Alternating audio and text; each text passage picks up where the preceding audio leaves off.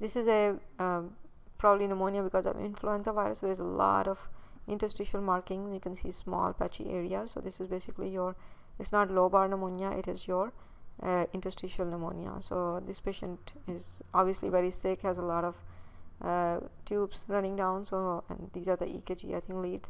So this patient is really sick with pneumonia.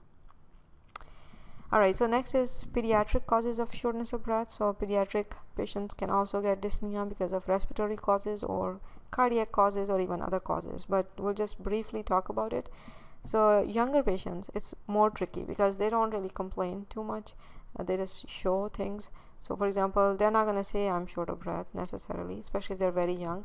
They just breathe very fast. So the parents will come in and say the patient is, my baby is breathing too fast. And obviously this should be a red flag, just merely the mention of tachypnea, because you're not going to be able to get too much history from the patient himself or herself. So when you're thinking about it, if you're thinking about respiratory causes, obviously you're going to think about pneumonia, bronchiolitis, and RSV. And we covered this I think in the fever topic also, but these patients may not have fever as the chief complaint. They may have shortness of breath. So definitely think about these diagnoses. They may have accompanying fever but not as a chief complaint. They also have decreased appetite, so they're not eating, they're just trying to oxygenate themselves. They're not interested in food.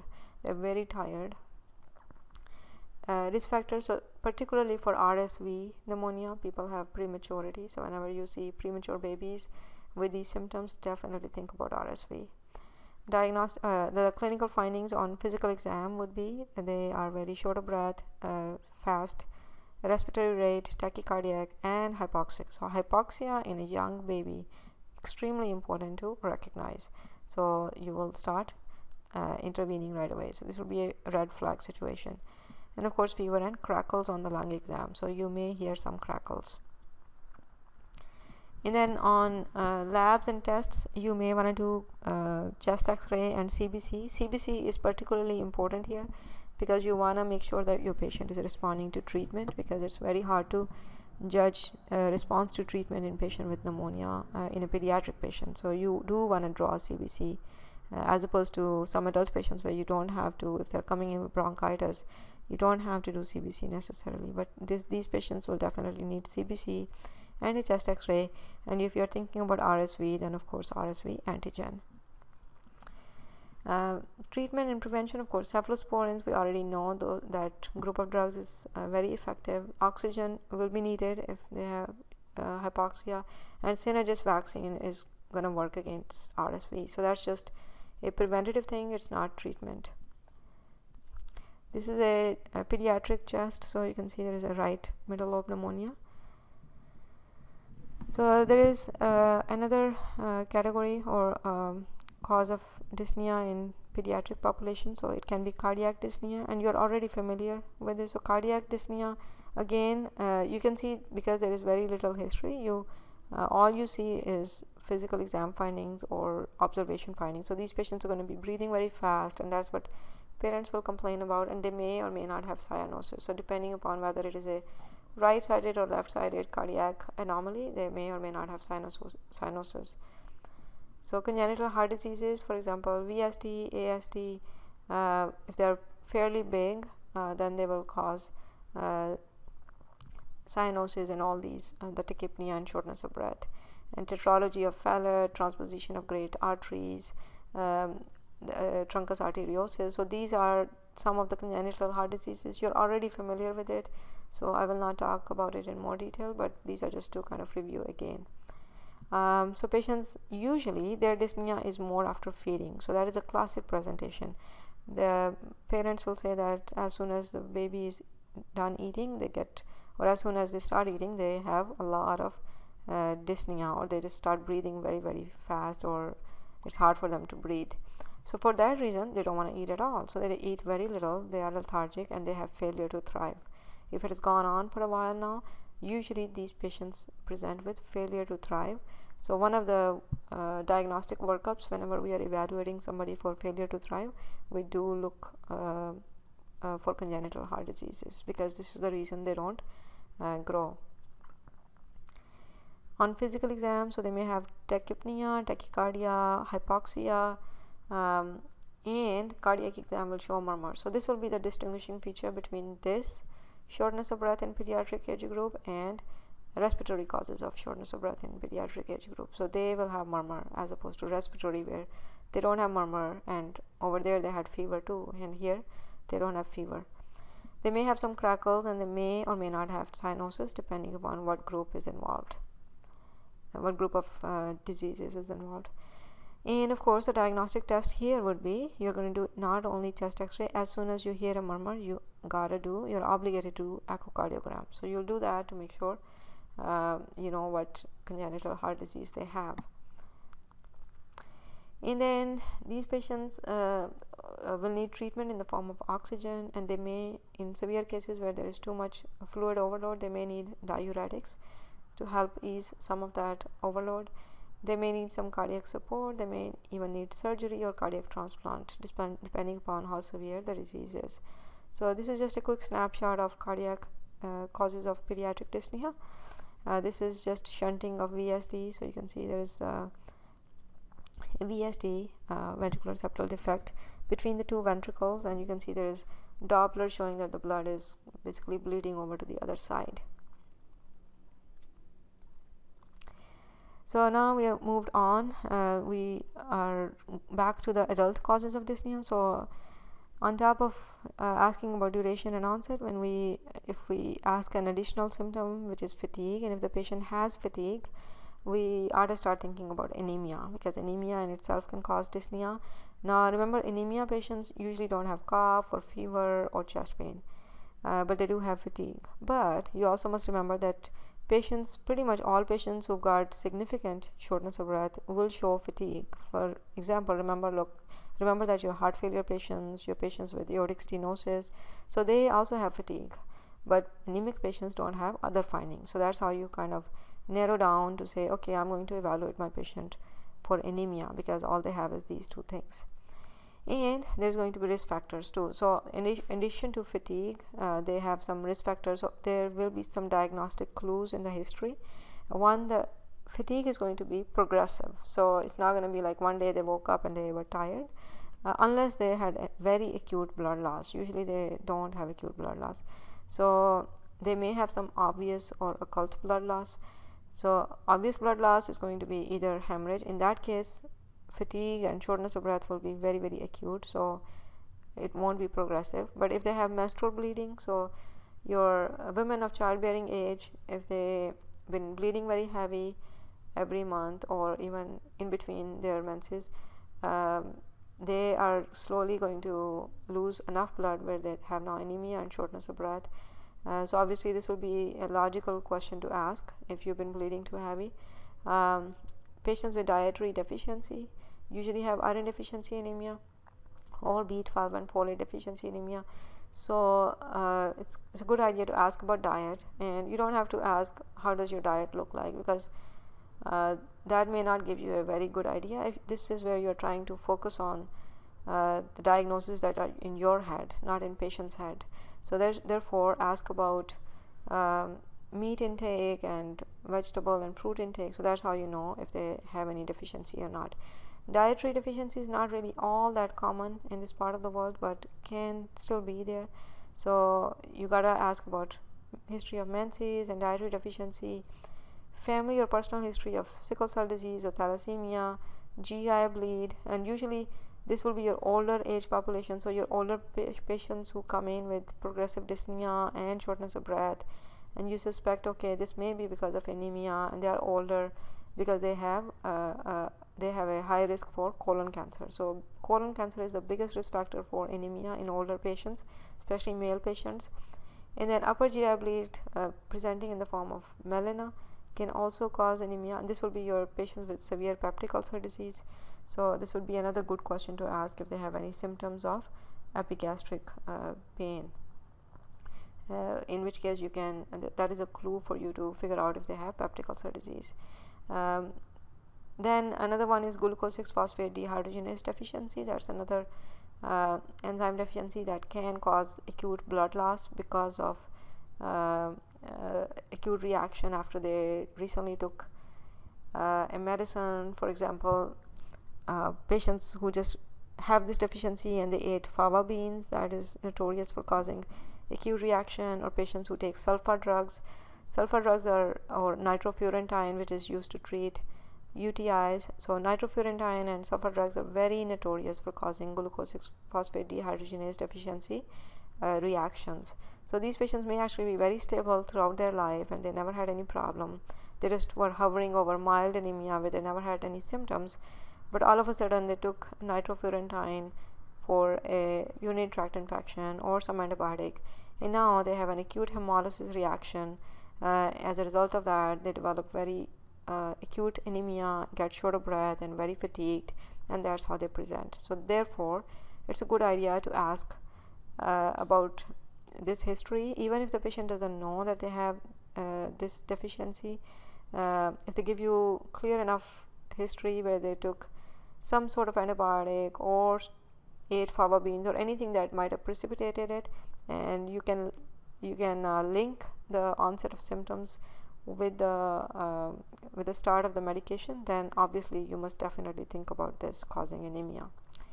But so much about that. But anyway, so the risk factors, again, menorrhagia, peptic ulcer disease. So again, peptic ulcer disease will become more common when there are additional clues in the history. For example, your patient may be sick with some back pain or any chronic pain, and now they've been taking loads and loads of ibuprofen or non-steroidals, and that's how their stomach is now all upset, and all of a sudden they develop peptic ulcer and it starts to bleed pretty heavy, melena, and then anemia and fatigue and all that. Colon cancer risk factor, polyps can also be risk factors, and then pediatric patients can develop anemia and as a result can get shortness of breath if they have, usually this is going to be your dietary deficiency or hereditary anemia. So that's what you are going to look for whenever you're doing your evaluation. Alright, so physical exam findings. So the biggest one, again, although it is a very complex set of scenarios that can present with anemia, but the good news is that it's very easy to make the diagnosis, because your physical exam of skin exam will show paler. So you'll say, okay, patient is very pale. Patient will be tachypneic or tachycardiac or both, because now their hemoglobin has dropped well below normal, where they are having to exert to oxygenate their body. So that's how they are tachypneic and tachycardiac. So these are compensatory mechanisms that they will kick in. They usually don't have hypoxia because all the blood that they have, the little that they have, is oxygenated already. The test, of course, to do whenever you're thinking about it would be the hemoglobin, and usually it's less than 8 or less than 7. Some people use 7 as the cutoff, some people use 8, but usually it's more than the number. It is the degree of drop in hemoglobin. So if somebody was already hovering around 11 or 10, then an 8 may not mean that much to them, but if somebody dropped from 14 to 8, then it will be significant.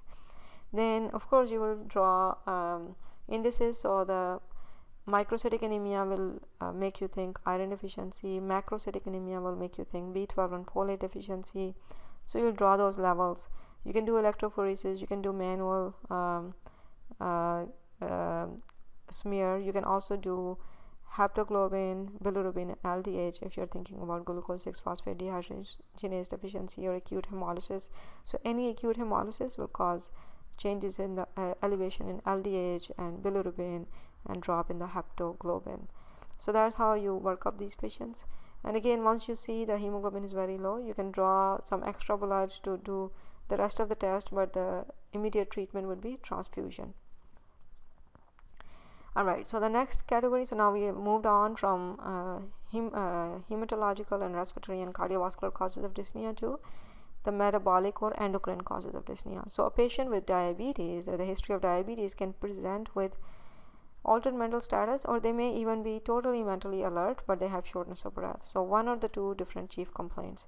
And if you already know that they have a history of diabetes, this is very, very possible that they have now DKA, or diabetic ketoacidosis.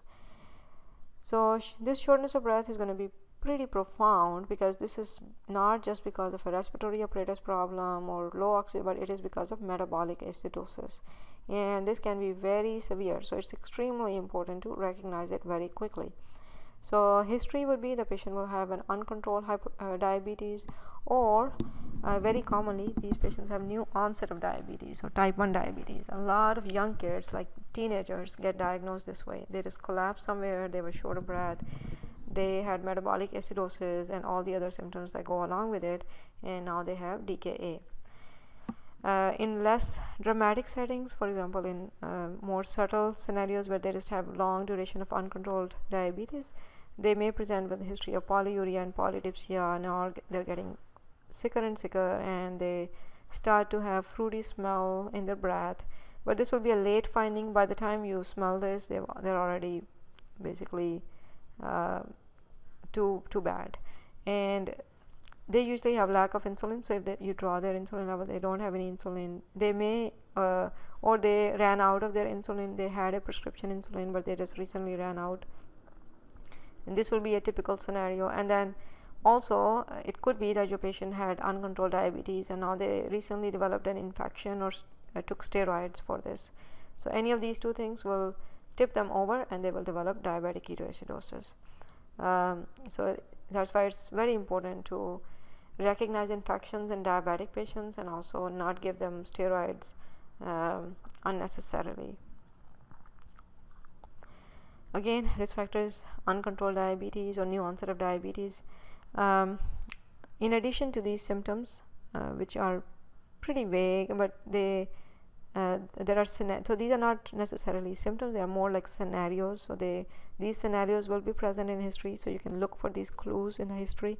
The physical exam findings will be a little bit more specific, where they have vital signs of normality. So they are tachypneic, tachycardic, hypoxic, all because of metabolic acidosis, and they have a fruity smell. But again, like I said, it's really late. You will draw their blood, of course, right away, and you'll see that glucose is extremely high. Usually it's like more than 800, and that's how you can diagnose it. Additional labs to do would be metabolic panels. So you want to make sure their kidney function is normal, their rest of the electrolytes like sodium, potassium are normal. Because why do we pay attention to potassium? Because hyperkalemia in the setting of DKA is a very dangerous thing. It needs to be corrected. And also metabolic or hypokalemia, again it's a very dangerous thing. We gotta correct potassium abnormalities, because these patients can develop arrhythmias because of that. Metabolic acidosis needs to be corrected, because so if the pH is low, these patients are at a very high risk for developing going into shock, and now they can actually die from it. Therefore, in order to correctly identify how bad the metabolic acidosis is, you have to do ABGs, which is arterial blood gases. So this will basically lay out your pH, your bicarb, and your carbon dioxide numbers, and that's how you can calculate the degree of metabolic acidosis. So these are the basic labs, but then of course there are additional labs. You can do CBC to see if they have any overwhelming infection. You can do their cortisol levels to see if they have any adrenal insufficiency accompanied by DKA, because that will change the treatment. These are the lab values associated with DKA. So you can see the blood glucose is usually very high. It's usually much higher than 250, but it can be even this much and cause somebody to tip over to DKA.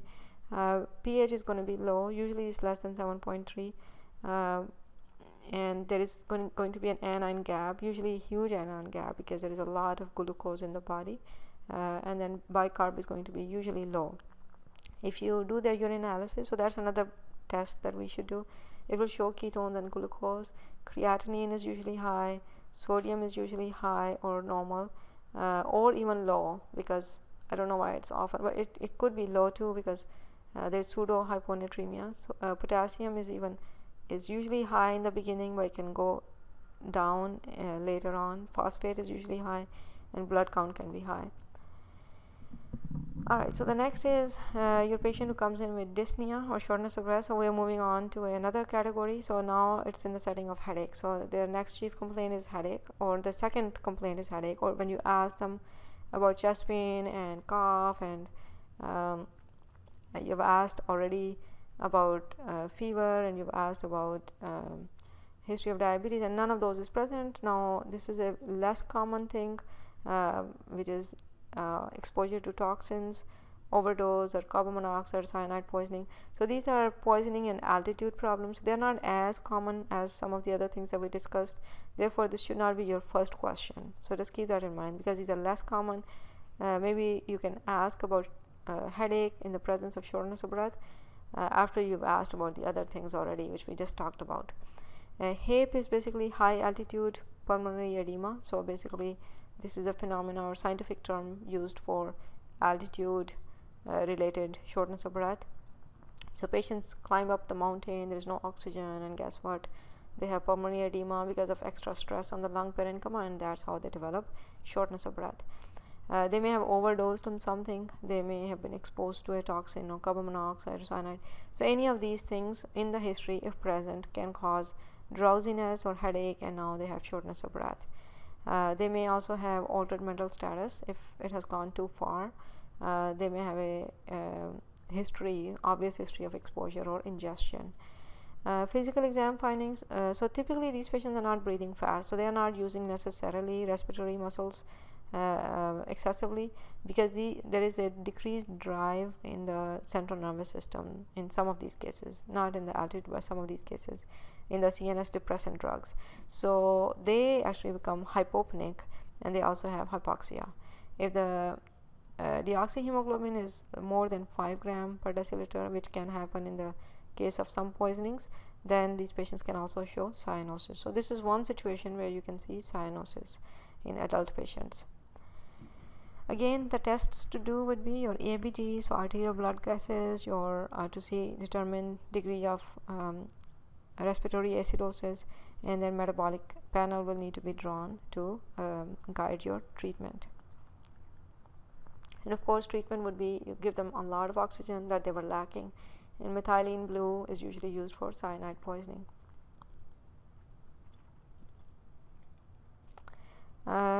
This is just showing different oxygen pressures and where people, at what level people start to have symptoms. So if you start climbing up the mountain, the oxygen pressure starts to drop and you start to develop these symptoms.